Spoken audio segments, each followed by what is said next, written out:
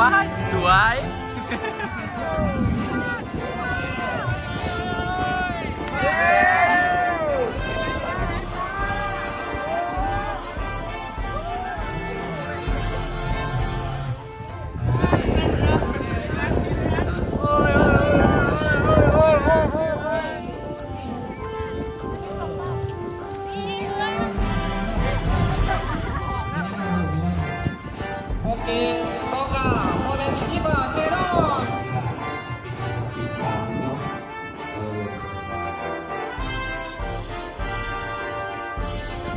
ข้าพเจ้าซื้อเพียงไก่พ้นสวัสดิ์ตำแหน่งกับเป็นคณะอำนวยการบริหารเรียกตำแหน่งยังอำนวยการผู้อาจารย์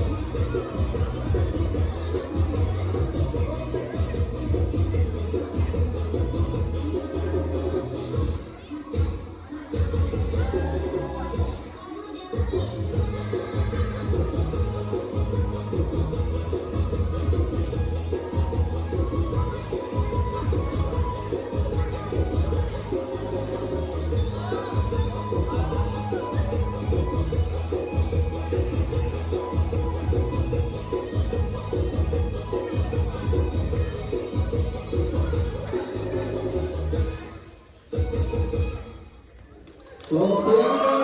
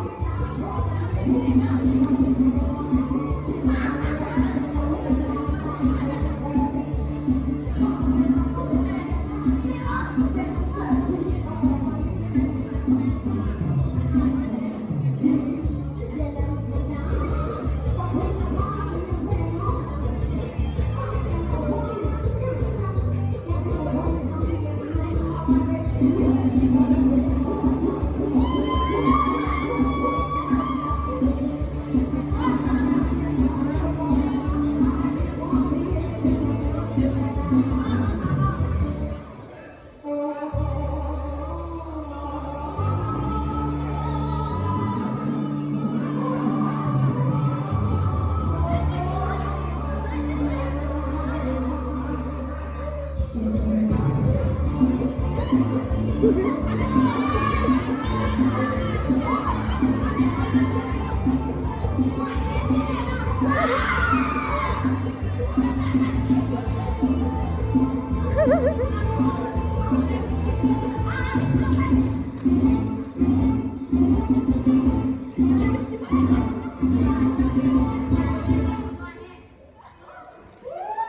ียงตัวมือให้กันนะ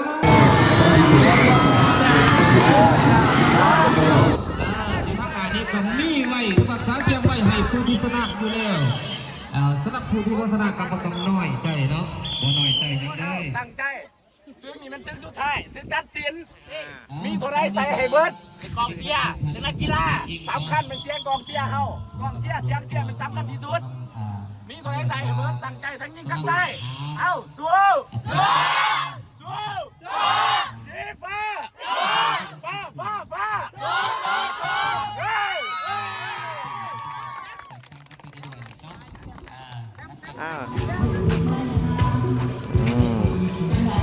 ต้องจำไปเลยไปเด้อไปนะ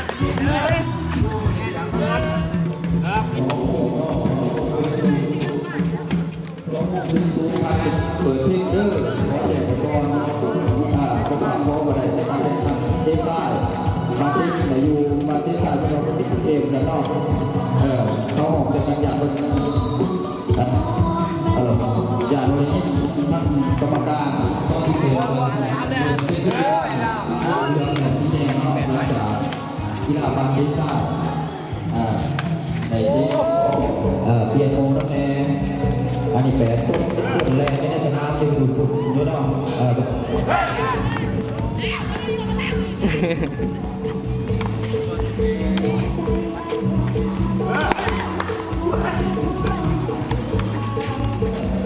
กีฬาทำสิ่งเหล่านี้ของในสนามเนาะเซนมีผ้าลูกจักรลูกใหญ่ยกเพื่อจักรโดยสังสู้แว่นเอาไว้ที่ลำคอบอเลี้ยงเอาไว้ที่ลำ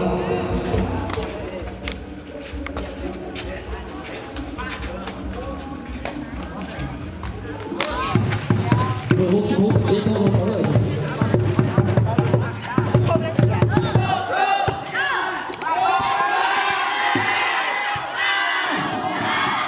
สิบได้โอ้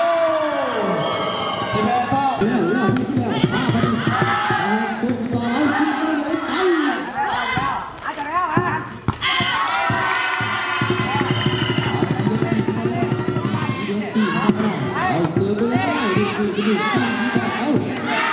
ฝ่ายนี้เนาะสีฝ่าเป็นฝ่ายจี้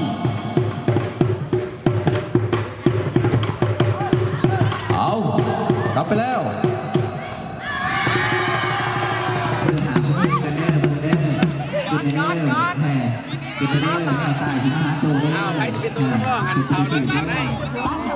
ตั้งลงดินเนาะตั้งลงพื้นเนาะแล้ว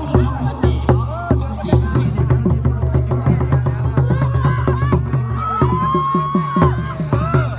อยู่ที่เสียงอะไรบ่จีก็มีเนาะสีแดงเบอร์หาสีแดงมาแล้ว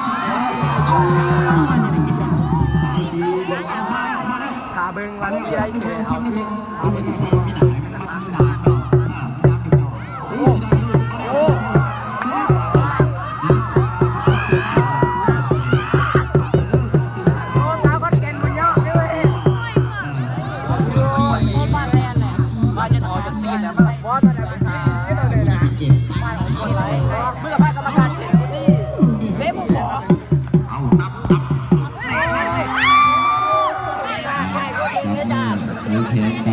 ออกที่บูนึง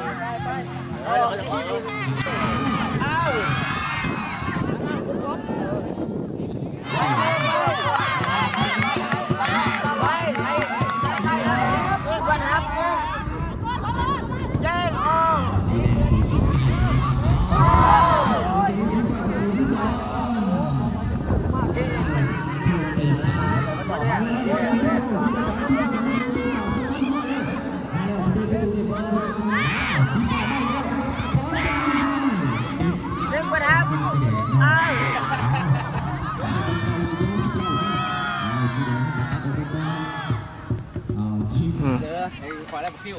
โอ้ฝีมือเราโอ้ โอ้เขาเนากันเด้อจะเป็นจับอันอื่นมาแล้ว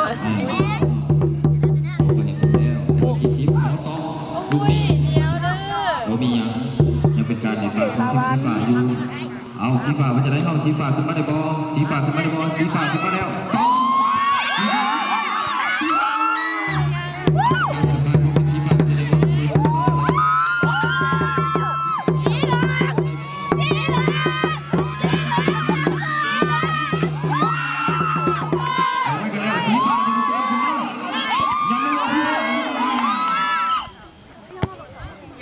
เปิดมาแล้วเอ้าโอ้ยอย่าเผาอาจารย์เข้ามาแล้วเนาะตอนนี้บ้านจะคุกคิงอยู่นะของทีมสีเหลืองเอาสีฟ้าจะได้สองเลยลูกนี้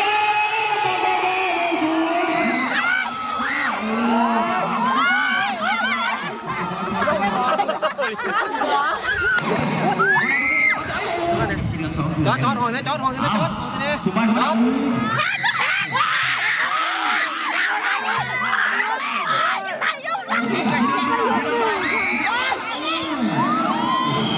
นี่มันอยู่กับหยาเขานี่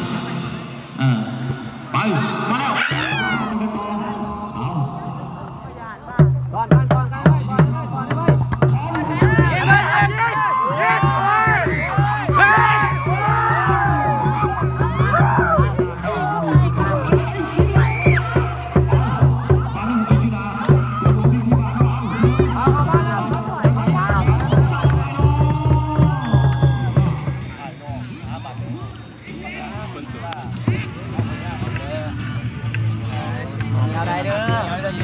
ปล่อยกันเลยอย่าเหนียว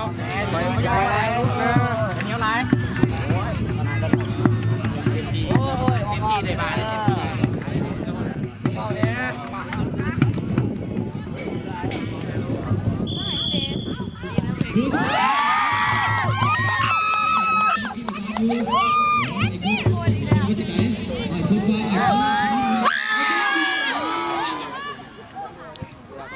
เอาเพิ่มไม่ได้สิ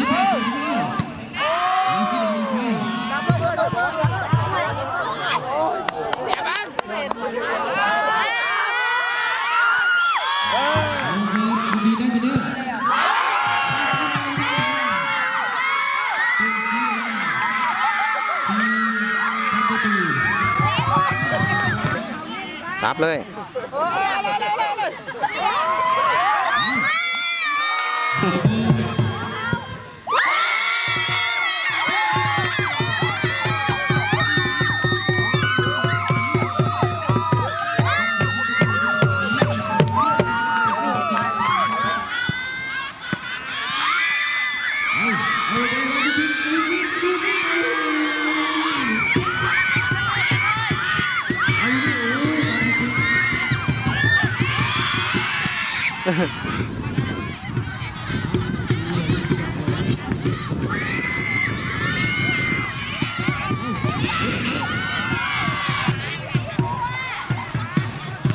เอาดูดิส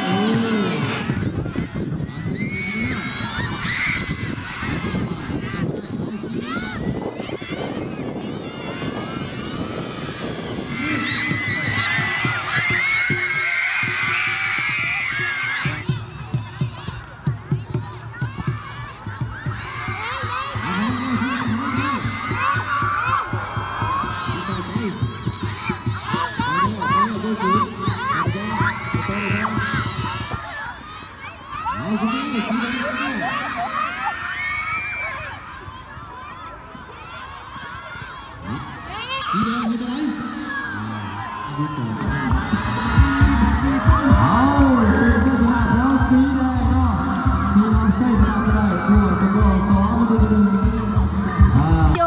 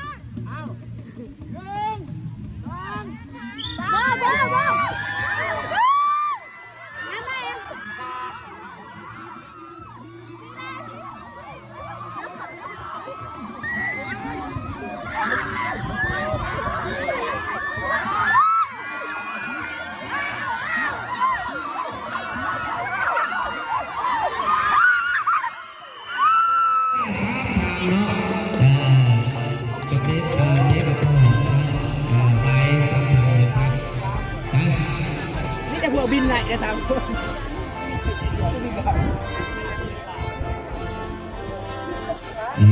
ต่อไปการว่าเป็นการประกาศผลรางวัลของสายเวลาอย่างเด็กเพียงพันเนาะเป็นบ้านทรงยิ่งเนาะบ้านทรงยิ่งอันดับที่3ได้แก่สีแดงรางวัลเนาะรางวัลเนาะสีแดงที่3สีฟ้าที่2รางวัลเนาะเอาแสดงความสุขสีสีแดงสีฟ้าสีแดงกับสีฟ้าครับรางวัลเนาะไปวันที่2ครับ